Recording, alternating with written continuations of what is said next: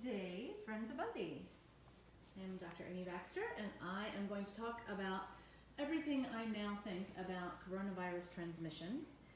I'm also going to talk about new medications and Decadron that has recently been found to be helpful. And finally, I'm going to talk about where we are with my favorite, nasal transmission and irrigation. So let's talk about masks. Now, there has been a lot of drama around whether you wear a mask, whether you don't wear a mask, and a lot of places are mandating that masks be worn outdoors. There's some new information on transmission which really comes together to give a true science perspective on when we should be wearing masks, when we really need to be worried, and when we don't. So let's review transmission. Transmission is primarily through the ACE2 receptors in the nose, and there is a requirement for you to be exposed to this for a period of time. The droplets that cause you to catch coronavirus are microdroplets that are coming mostly out of your mouth, not necessarily sneezing, but they really seem to be coming more when you talk. So there's a really interesting new study that's looking at mathematical modeling from a restaurant in China where 3 diners got coronavirus just being in the same place next to a table where someone had coronavirus, one person, these so-called super spreader events. And then the biggest super spreader event to date, which is the group of singers in Washington who pretty much all of these guys got coronavirus after singing together for 2.5 hours. So as we look at what to do for schools and auditoriums and speaking, this is what's important about catching coronavirus. Looking at the amount of droplets that come out. So first of all, the number of droplets that come out are lowest when you're just sitting and breathing. They're the next highest actually when you are exercising and breathing through your mouth but not talking.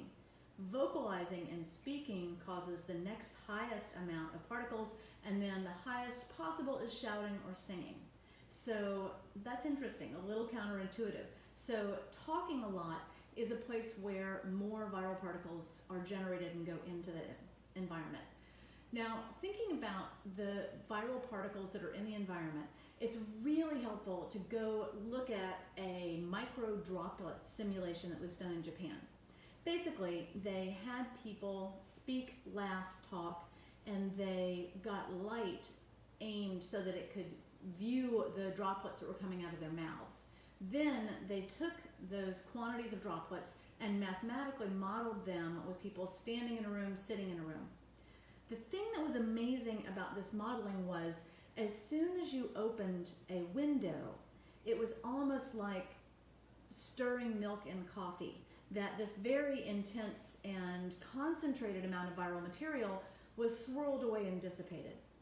There are a couple different ways they look at that, and we'll post the video.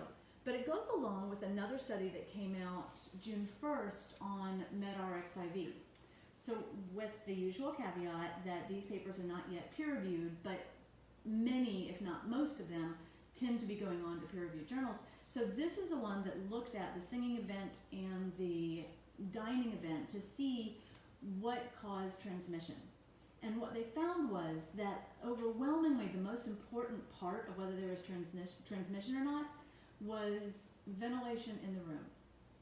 So at this point, I want to talk a little bit about the Spanish flu and masks and then kind of put all this together. All right, so first of all, another new study with masks that is published looked at the amount of droplets that spread when you're wearing a single ply mask. 30 centimeters from a single ply mask. This is more of a double ply mask, and the amount of droplets that spread from talking loudly with a double ply mask was only 10 centimeters. So wearing a mask absolutely reduces the amount of spread and the distance that those particles can go and get in the air. So if you look at the whole question of are we going to have a double tap? You know, when's the second wave going to come? Is this a second wave? I don't know. All right, here is a copied off of a graph on the internet. So this is the Spanish flu caseload.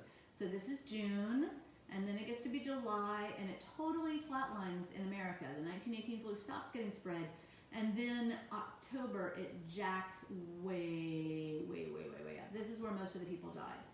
So people have said, well, you know, we're not following the same pattern that Spanish flu did because the people still are getting infected. And in fact, if you look at seasonality and say maybe this has to do with temperature, the temperature in the south is hotter than in the north in the US, but there's more cases in the south. So it can't be that it's a temperature-related disease. We know that there actually is a lot of temperature relation, that it lasts longer, it's more effective in temperatures that are cooler, like less than 56 degrees. But I think that all of this comes together to show in one big picture that the critical thing is, what matters is how much ventilation there is to dilute the viral load so you're less likely to get sick. Because in the Spanish flu period, they all had their windows open. They had huge ventilation because in the summer, air conditioning didn't exist. So houses were built to have good airflow and to be able to easily open up in the summertime. In the winter, as things started to close up, that's when people spread it. Likewise, now in the south, we have air conditioning. So where the super spreader events are happening, where people are catching this, is not outdoors. I think that we will come to find that the dictums of wearing masks outdoors probably go away. What's overwhelmingly more important is that we need to wear masks indoors if we're around people who we have not been quarantining with. Because what catches the virus is when you get a prolonged exposure to particles in your nose. The study that came out June 1st seemed to show that it could be about 40 minutes if you're in a small environment like a hospital room and someone is speaking. It is about 180 minutes if it's in an auditorium and there are a few people speaking, but there's good ventilation. So that was like a 1.8 risk of getting infected. A lot of numbers in this paper, but the bottom line was the key thing that made the most difference was ventilation. So I believe that the important time for you to think about wearing your mask is indoors. If you're going to be indoors and you possibly can, open a window, let everything circulate around, and as we've been saying, nasal infectivity is really what seems to be going on. So if you're going to be in a place and you can't avoid being in a small area with someone speaking, then get a swimming nose clip so that nothing is going inside your nose. Final point of all this, we are going to have a second wave. We are going to have a wave when everybody is indoors and when it's cold. This is part of the reason why we haven't seen a big bump after all of the Black Lives Matter protests, because even though they were shouting, they were outdoors. The ventilation is fantastic outdoors. The world is ventilated. So the dispersion of the respiratory droplets outdoors, awesome. The risk is when you're inside in a small area and there's not a lot of airflow. All right, I have beaten that dead horse. Please wear your masks inside and be kind to other people if they're not wearing masks outside, because I really think that's not where it matters. And shouting spreads the virus, so that doesn't help either. Now, let's talk about drugs. Okay, we have been trying to figure out what makes a difference in who is really sick and who doesn't. It definitely is partially, if not completely, an immune system reactivity issue. It's where your immune system is reacting: endothelium, the inside of the blood vessels, it's causing clots. It's when your immune system is reacting.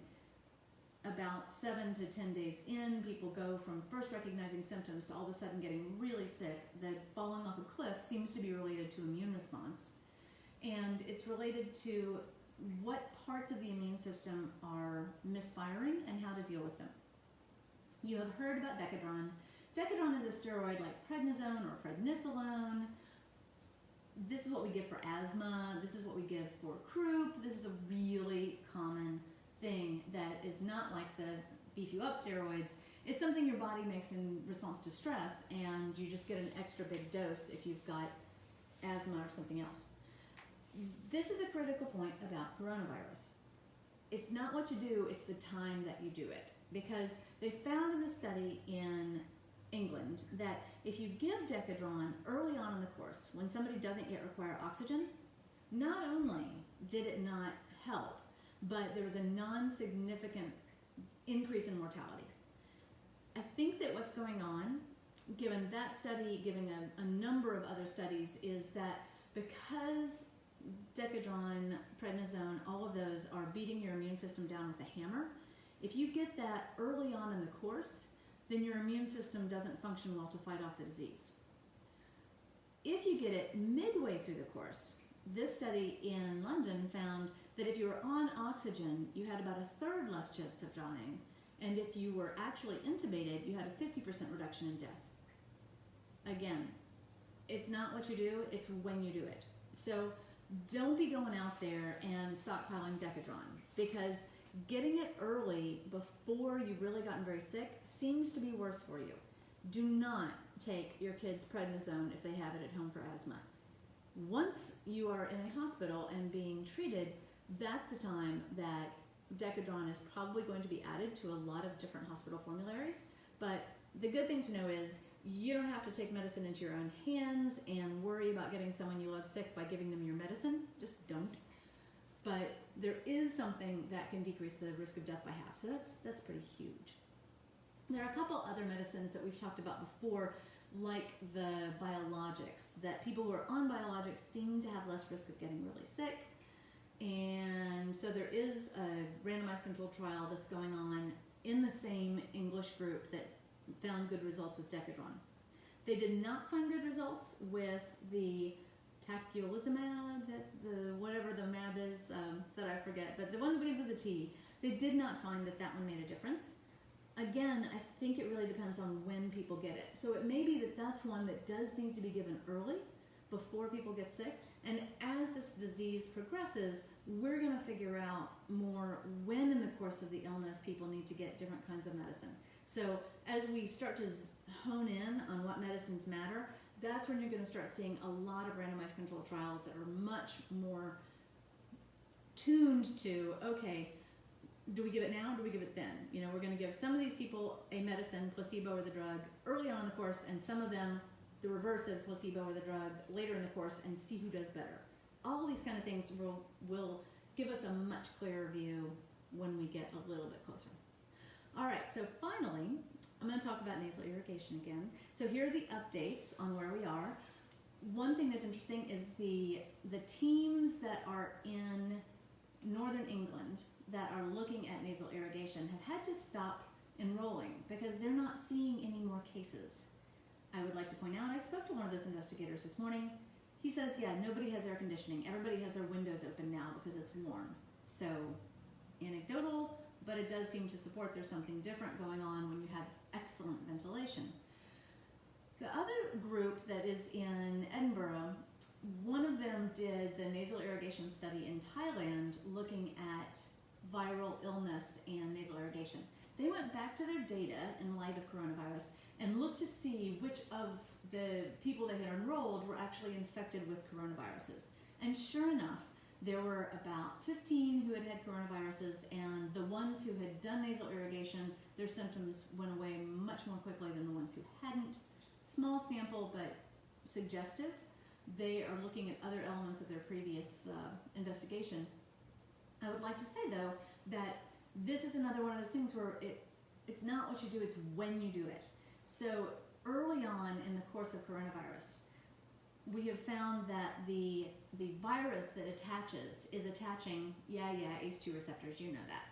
But the ACE2 receptors are all on ciliated epithelium, which means that it's like seaweed flowing in the ocean. And so the ACE2 receptors that the virus has to catch onto aren't stationary in goblet cells that are making mucus. They're on these epithelium that has little flippy flappies. So it makes even more sense that if you don't have a whole lot of virus on your nose yet, if you've got to actually be in contact with infected viral material for at least a couple of hours before you're at risk, if not days, then it makes sense that if you can just wash away whatever is on those little cilia, that's going to decrease your likelihood of getting sick. So we definitely know that the amount of viral material matters in whether you get sick or not. We know that the amount of viral material in the room is less if people are sitting and not yelling or singing. We know that wearing a mask stops the viral material from going farther than 10 or 30 centimeters. And we know that if the air is really, really well ventilated, then you shouldn't have many viral particles to have to contend with. But until we get the final data, we won't know exactly how much nasal irrigation helps.